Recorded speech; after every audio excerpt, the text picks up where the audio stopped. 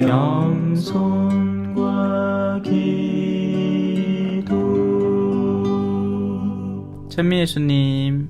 그때 예수님께서 제자들에게 말씀하셨다. 내 이웃을 사랑해야 한다. 그리고 내 원수는 미워해야 한다고 이르신 말씀을 너희는 들었다. 그러나 나는 너희에게 말한다. 너희는 원수를 사랑하여라. 그리고 너희를 박해하는 자들을 위하여 기도하여라. 그래야 너희가 하늘에 계신 너희 아버지의 자녀가 될 수 있다. 그분께서는 악인에게나 선인에게나 당신의 해가 떠오르게 하시고 의로운 이에게나 불의한 이에게나 비를 내려주신다. 사실 너희가 자기를 사랑하는 이들만 사랑한다면 무슨 상을 받겠느냐? 그것은 세리들도 하지 않느냐? 그리고 너희가 자기 형제들에게만 인사한다면 너희가 남보다 잘하는 것이 무엇이겠느냐?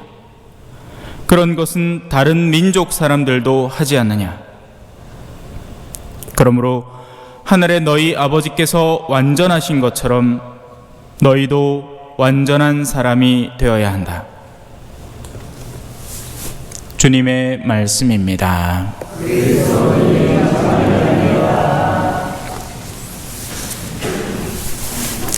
찬미 예수님. 잘 지내셨어요? 네. 자, 오늘 복음 잠깐 살펴봅시다. 신앙인으로 살다 보면 이런 말을 들을 때가 있습니다. 특히나 신앙인과 비신앙인 사이에 같이 섞여 살 때 친구들 사이에서나 아니면 부부 사이에서도 일어나는 일이에요. 니는 신자라는 아가 그러나, 이런 얘기들. 당신은 성당 댕기는 사람이 그래? 이런 얘기들 들어보셨어요? 네. 오늘 제 강론의 주제는 신앙인들의 착한 병입니다.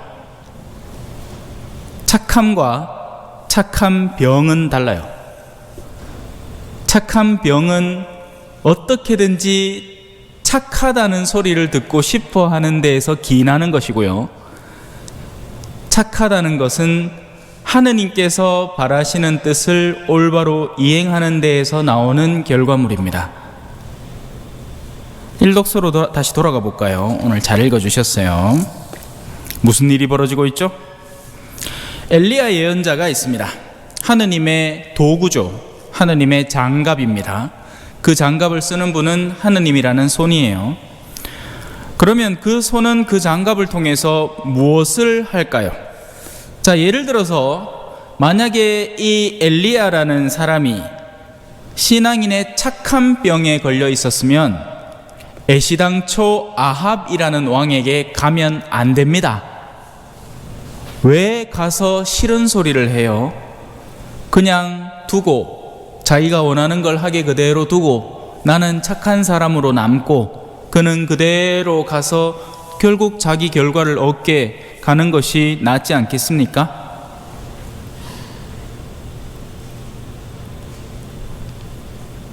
왜 굳이 그의 오류를 지적해 줘야 하고 그가 무엇을 잘못하고 있는지를 드러내 보여야 하느냐고요. 그냥 가만두면 좋은 거 아니에요? 하지만 엘리야는 갔고, 그래서 아합은 그가 왜 다가오는지 알죠? 아합 임금의 대사는 이렇습니다. 이 내 원수 또 나를 찾아왔어. 그만 좀 귀찮게 하시오. 나를 그냥 좀 내가 하고 싶은 대로 살게 내버려 두시오. 왜 자꾸 찾아와서 뭐라고 하는 거요? 왜? 엘리야는 주님의 말씀을 받아서 그 말씀을 전해야 했기 때문입니다. 주님이 말한다. 살인을 하고 땅마저 차지하려느냐. 어제 월요일날 일독서를 읽어보신 분들은 아시겠지만 나봇이라는 사람이 쪼맨한 땅띠를 하나 갖고 있었는데 조상 대대로 내려오는 거라 갖고 자기가 그냥 소중히 가꾸고 있는 땅이었어요. 그 포도밭이었죠. 근데 너무 포도가 탐스럽게 이쁘게 잘 자라니까 아합 왕이라는 건 누굽니까? 갖출대로 다 뭐 원하면 지 여기 땅에 포도를 만들거나 뭐 샤인머스켓을 재배하기나 뭐 아니면 송이버섯을 뭐 재배하기나 참외밭을 만들기나 지 마음대로 할 수 있는 땅이 푸지기수로 많은데 탐이 난 거죠. 근데 거기서 멈추지 않고 그 탐욕스러움 때문에 자기가 기분이 우려하니까 옆에 있던 아내, 악의 화신과도 같은 아내가 살살살살 그를 꼬시는 겁니다.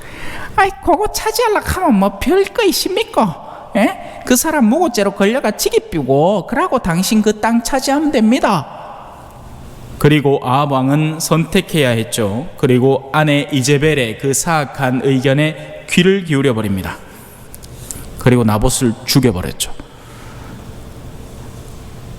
그러니 그 죄가 누구에게 돌아가겠습니까? 아합 왕 자신에게 생생하게 살아 움직이는 겁니다. 죄는 인간의 양심에 커다란 자국을 남기거든요. 한국 사회에서 제가 마주하게 되는 현실 가운데 하나는요, 아무도 대놓고 드러내서 말을 하지 않을 뿐 수많은 여성들의 내면 속에 낙태에 대한 자국이 그대로 생생히 남아 있다는 것입니다. 그 영적 구멍 때문에 다른 요소들이 아무리 채우려고 노력을 해도 밑빠진 독처럼 흘러내려가 버리는 겁니다. 오직 온전한 회개를 통해서 하느님 앞에 진실되이, 왜냐하면 내가 새로 태어나는 생명, 멀쩡하게 살아있는 어른을 죽인 것도 아니고 가장 나의 보호와 사랑을 필요로 하는 어린 약한 생명을 죽인 거잖아요. 그렇다면 그 보석으로라도 생을 더 열심히 충실히 하느님께 튼실히 살아야 함에도 마치 과거에 그냥 종량 하나 떼냈다는 듯이, 이미 다 끝나버린 일이라는 듯이, 한국은 또 특별히 뭐 거기에 성사를 주니까, 유럽은 성사도 안 줘요, 여러분. 그건 교황청에 유보된 죄입니다. 하지만 한국은 성교지라는 이유로 사제들이 성사를 주죠. 그러고 나서는 또 세속적인 삶으로 젖어들기 시작하는 겁니다.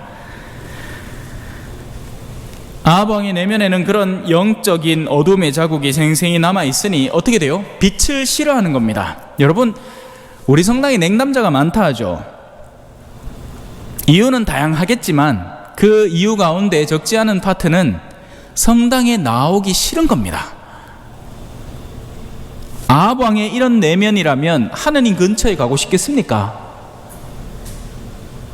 마음이 맑은 사람이면 하느님께 더 어떻게 다가갈까를 고민하고 연구할 거예요. 하지만 자기의 일상의 삶이 죄로 점철되어 있다면 하느님께 나아가고 싶겠느냐고요. 싫단 말이에요. 거룩한 말을 듣는 것 자체가 혐오스럽고 자기에게 거부감을 준단 말입니다. 어릴 때는 선하고 아름다운 일에 내 마음이 밝아져 있었는데, 마치 오늘 우리 집무실에 놀러온 채원이하고 한슬이처럼 신부님 가까이 와서 재밌게 놀아요. 칠판에다가 막 제 얼굴 낙서하면서 얼마나 귀엽던지. 하지만 그런 어린 때의 맑음이 어른이 되어가고 어슴풀에 그늘이 끼기 시작하면서 바로 이런 아합 왕의 탐욕처럼 나의 분수에도 맞지 않는 무언가를 강하게 욕구하고 그것을 차지하려는 마음속에 형제간의 다툼도 일어나고 막 서로 막 난리가 나는 겁니다. 마음속에 어둠이 산재해 있는 거죠. 그리고 그 근본 원인을 제대로 짚어본 적도 없어요. 내 마음이 왜 이렇게 어두운지, 무엇이 나의 이 어둠을 자꾸만 조장해 가는지 진지하게 묵상하지 않는 거죠. 그러니 일상의 어두움은 반복적으로 계속 일어나는데 나는 도무지 실마리를 찾지 못하는 겁니다. 그러니 악재는 더더욱이 자꾸만 다가오는 거죠. 그리고 무엇보다도 죽음이라는 것이 두려움이 되는 겁니다. 죽음의 단말마의 고통은 힘겨운 게 맞겠죠. 예, 뭐 몸이 아픈데 누가 그걸 아이고 몸 아프네, 아이고 오늘따라 몸이 한 2배나 아프네, 아이고 좋다 하는 사람 누가 있습니까? 아픈 건 아픈 거 맞아요. 하지만 죽음이라는 영적인 영역에 있어서는 강한 희망이 그 죽음을 극복해내야 하는데 그 극복 지점이 없이 희망이 없으니까 남은 건 뭐겠어요? 육체적으로라도 쾌락을 추구해야 되는 겁니다. 그게 세상 사람들이 살아가고 있는 논리 구조도인 거예요. 그래서 그렇게나 쾌락적 요소를 탐닉하는 거죠. 그게 뭐가 되든. 이런 반문화에 익숙한 사람들은 반문화대로 가는 거고, 그게 아니라 할지라도 정당하게 허락되어 있는 영역 속에서 내 최대한의 쾌락을 추구하는 삶의 형태로 나아가는 겁니다. 미친 듯한 레저에 빠져든다든지, 예? 우리 동네 어르신들 중에 막 3, 4, 5 모여갖고 요거 하는 사람 많죠. 다른 낙이 없는 거예요. 예. 그래갖고 시간 다 때우는 겁니다.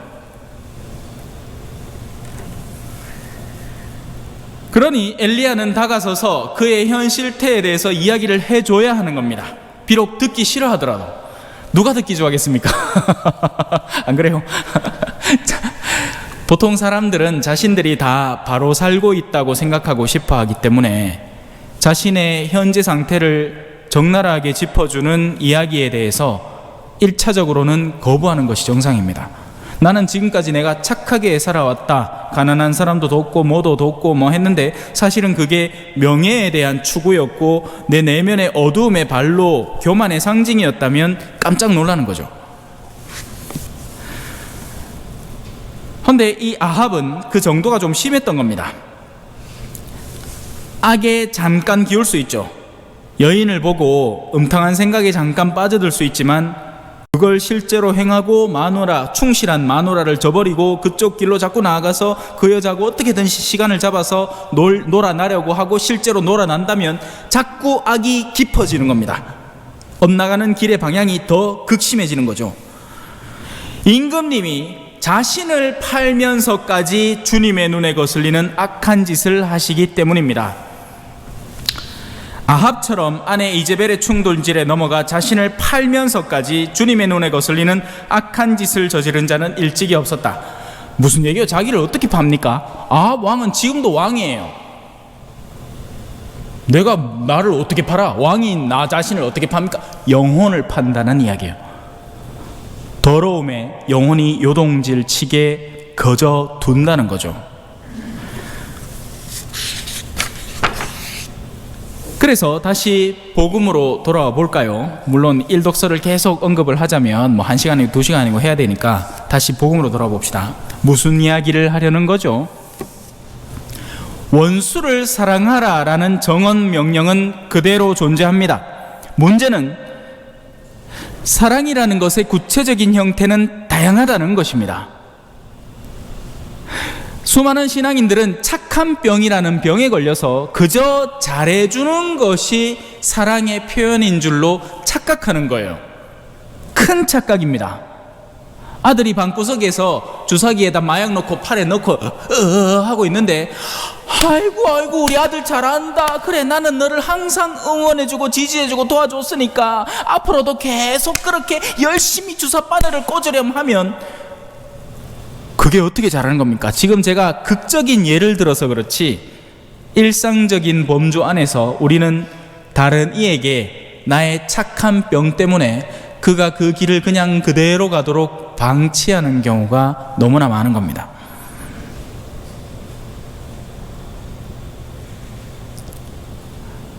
당신은 성당을 다니는 사람이 그래? 라는 말을 할 때 만약에 내가 그에게 패덕한 행위를 해서 그 멀쩡히 그냥 가만히 쉬고 있는 그 사람을 막 지나가는데 괜히 막 발로 푹 밟고 지나가고 그런 악을 저질러서 그가 그런 얘기를 한다면 그 말은 나에게 향한 올바른 충고고 새겨들어야 됩니다. 하지만 잘 들으세요. 나는 바람직한 생활을 영위하려고 애를 쓰는데 그 상대가 예를 들어 새벽 2시까지 3시까지 술을 쑤셔 먹고는 이제 들어와서 제가 그에게 한마디 하는 겁니다. 여보, 이건 옳지 않은 행동이 아닌가요? 할 때 그가 당신은 성당 댕긴다는 사람이에요. 이렇게 다른 사람 듣기 싫은 소리를 하면 되겠어? 라고 한다면 그때는 눈을 내리까는 게 아니라 도로 눈을 부릅뜨고 그를 똑바로 응시하면서 성당을 다니니까 이런 얘기를 하는 겁니다 라고 이야기를 해야 맞는 겁니다. 이해하셨지요? 예. 사랑하는 방식은 다양해요. 우리는 원수를 사랑할 거예요. 하지만 그 사랑이라는 것이 내가 한마디만 하면 내 마음을 너무나 잘 알아서 뭐든지 충실하게 이행하는 나의 수제자에게 대하는 똑같은 방식을 원수에게 같은 방식으로 쓸 수는 없는 노릇입니다. 그릇에 아름다운 색칠을 하는 거하고 물이 새서 턱 터져 나와가지고 이걸 그대로 방치하면 그 구멍이 커져가지고 결국에 그릇 자체가 깨어져 버릴 곳에 그림 그리고 있는 거하고는 다른 문제죠. 여기는 어떤 작업을 해야 돼요? 구멍을 막고 상대가 싫은 기색을 내비치더라도 그 구멍을 막고 빨리 보수 작업을 한 뒤에 그림을 그리든지 뭔 짓을 해야 될 거 아닙니까? 헌데 그림 그리는 행위가 고상하게 보이기 때문에 여기도 그림 저기도 그림 그림을 오만대 그려 해서는 안 된다는 겁니다. 신앙인의 착한 병에 사로잡히지 맙시다. 진정한 선을 살아가는 신앙인이 되세요. 여러분들 주변의 사람이 스스로를 망쳐가면서 쾌락을 추구하고 있다면 여러분들이 신앙인이라면 그러지 말아야 함을 가르쳐야 신앙인인 거죠.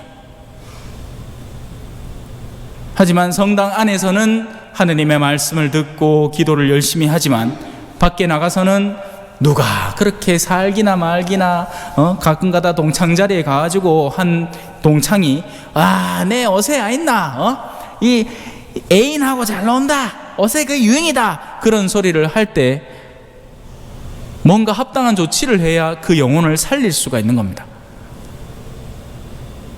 내가 여기서 뭔 소리를 했다가 저 친구하고 척을 지면 어떡하나 그런 걱정으로 살아가다 보면 할 수 있는 게 아무것도 없게 됩니다.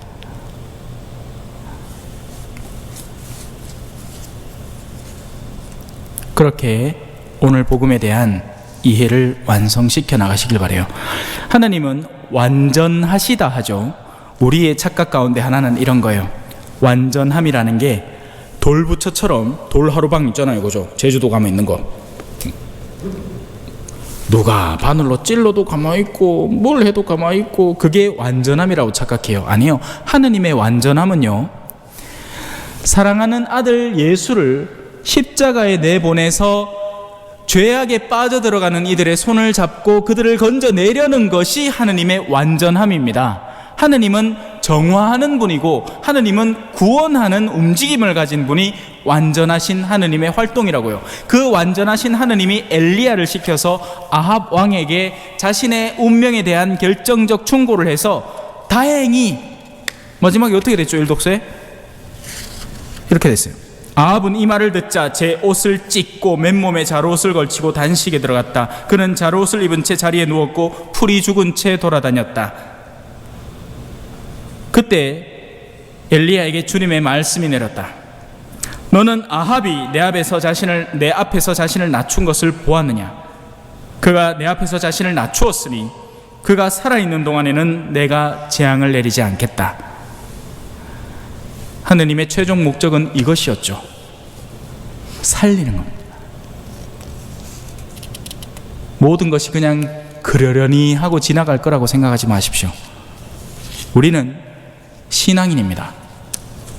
다른 이를 살리기 위한 도구로 이 세상에 존재하는 사람들이죠. 아멘. 찬미 예수님, 겸손과 기도.